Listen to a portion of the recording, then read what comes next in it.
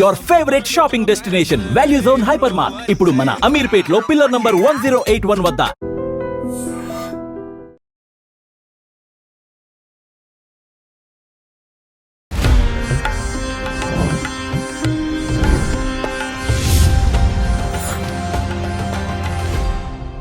నమస్తే, welcome to I dream దైవానుగ్రహం. మనతో ఉన్నారు మైలవరపు నాగమణి గారు, శ్రీ జగద్గురు పీఠం నాగప్రతిష్ఠ చైర్మన్ అండ్ వారసురాలు.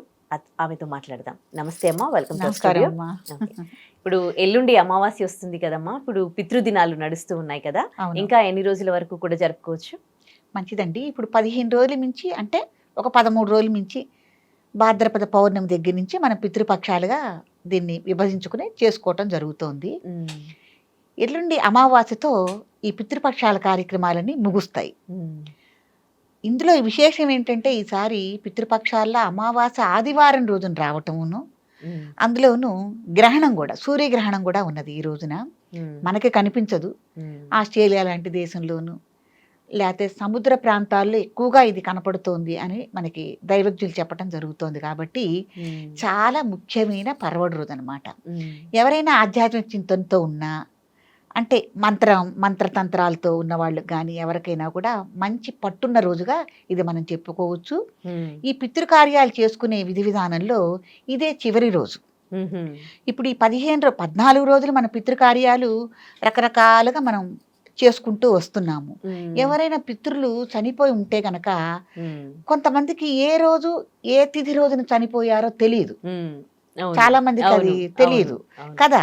కాబట్టి ఈ 14 రోజుల్లో ఎవరైనా చనిపోయిన తిథి తెలిసి ఆచరించిన వాళ్ళు, అయ్యో మా నాన్న పోయిన తిథి ఏమిటో మాకు తెలియదు, మా తాత పోయిన తిథి ఏమిటో తెలీదు అని అనుకుంటూ ఉంటారు కదమ్మా. అట్లాంటి వాళ్ళు ఈ అమావాస్య రోజున పితృకార్యం చేస్తే తిథితో పని లేకుండా వాళ్ళకి చెందుతుంది. చాలా ఇట్లాంటి వాళ్ళందరూ ఈ రోజున ఆచరించుకోవాలన్నమాట. అట్లాగే మీ పితృదేవతలకే కాకుండా ఎవరైనా బంధువుల్లో కానీ తెలిసిన వాళ్ళు కానీ ఎవరైనా ఉంటే, గతించి ఉంటే గనక వాళ్ళకు కూడా మీరు తర్పణాలనేవి ఇవ్వటం అనేది చాలా విశేషమైనది. తర్వాత ఈ అమావాస్య శనిదేవుడికి చాలా ప్రీతికరమైంది. ఎవరైనా శనిగ్రహ దోషాలు గనక ఉన్నట్టయితే ఈ రోజున శనికి సంబంధించిన హోమాలు చేసుకోవటం కానీ, లేకపోతే జపాలు చేయించుకోవటం కానీ, తర్పణాలు ఇప్పించుకోవటం కానీ ఇవి కూడా చేసి శనికి సంబంధించిన నువ్వులు బెల్లం దానం చేస్తాం కదా, అవి దానం ఇచ్చుకోవటం వల్ల మనం శనిగ్రహ దోషాల నుంచి జాతకపరంగా మనం బయటపడతాము.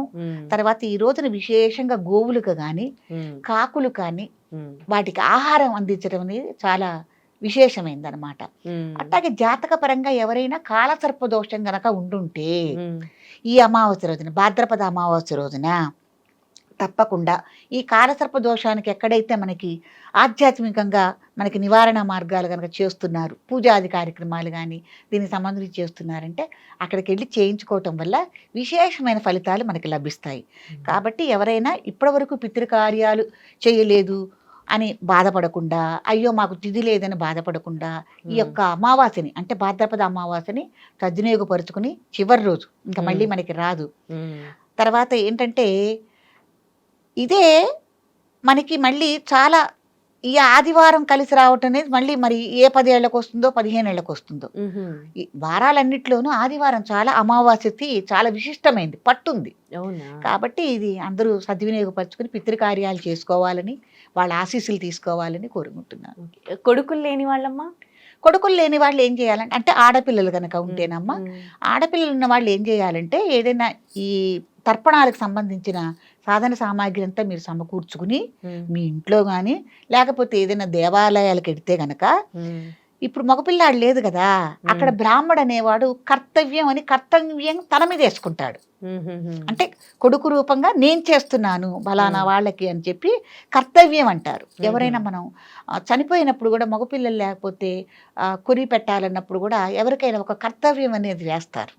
అలాగే ఈ విధి విధానంలో కూడా ఒక కర్తవ్యం వేసి ఆయన్ని ఇట్లా ఆచరించండి, మాకు ఎవరు లేరంటే ఆయన చేస్తారు మన బదులు. అప్పుడే దానికి అదనంగా మనం కర్తగా ఉన్నందుకు కూడా మనం అదనంగా దక్షిణ ఇచ్చుకుని, ఎందుకంటే మన తరపున చేస్తున్నారు కదమ్మా, అలా చేయించుకోవచ్చు, తప్పేం లేదు.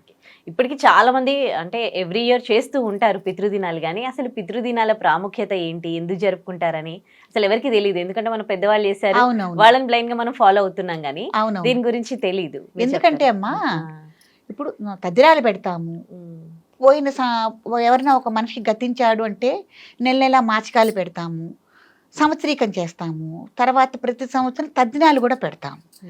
ఇలా ఈ హడావుడి జీవితాలు అందరూ పరిగెత్తుతున్నారు. కొందరు విదేశాల్లో ఉండొచ్చు ఉద్యోగరీత్యా, లేకపోతే ఇప్పుడు మీరు అన్నట్టు మగపిల్లలు లేని వాళ్ళు ఉంటారు కదా, వాళ్ళకి కానీ వీళ్ళందరికీ కలిపి ఒక మహత్తరమైన అవకాశాన్ని సంవత్సరంలో ఒక రోజున పితృపక్షాలుగా ఇవ్వటం జరిగింది. మీరు ఎవరైనా అలా ఆచరించలేకపోతే ఇట్లా ఆచరించుకోండి అనని. తర్వాత ఈ పితృపక్షాల్లో 15 రోజుల్లో కూడా ఎవరైనా యాక్సిడెంట్ల ద్వారా మరణం పొందిన, లేకపోతే సూసైడ్ చేసుకున్న వాళ్ళు కానీ, లేకపోతే ఏదన్నా ఆకస్మికంగా హార్ట్ అటాక్ లాంటివి వచ్చిపోయిన వాళ్ళు కానీ రకరకాలుగా ఉంటారు కదమ్మా, వాళ్ళకి బలానా రోజున ఈ రోజుని వీళ్ళకి ఇలా చేయాలి అనని కూడా మనకి విధి విధానం అనేది ఉంది. కాబట్టి దాన్ని చూసుకుని కూడా మనం పితృకార్యాలు చేసుకోవచ్చు.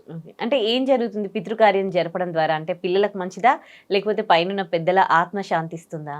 ఏమండి, నాకు తెలిసి దైవ కార్యక్రమాలు చేస్తారో చేయలేదో నాకు తెలియదు, కానీ ఎవరైనా సరే కుటుంబంలో పితృకార్యాలు తప్పకుండా ఆచరించి తీరాలి. ఎందుకంటే ఈ అమావాస్యకే కాదమ్మా, ప్రతి అమావాస్యకి సంవత్సరంలో మనకి ఏ అమావాస్య అయినా సరే నిట్ట మధ్యాహ్నం 12ంటికి పితృదేవతలు మన ఇంటి ఎదురుకుండా ఎదురు చూస్తూ ఉంటారు. ఆ రోజున తప్పకుండా తర్పణమే, వాళ్ళకి ఏం అడగరు, తర్పణం ఇచ్చి మీరు తినే అన్నంలోంచి ఒక మొదటి ముద్ద తీసి బయట కాకి పెట్టడం అనేది మన ధర్మం. అది మన సనాతన ధర్మం. మొదటి నుంచి మన జీవన వ్యవస్థలో చాలా మంది మర్చిపోతున్నారు.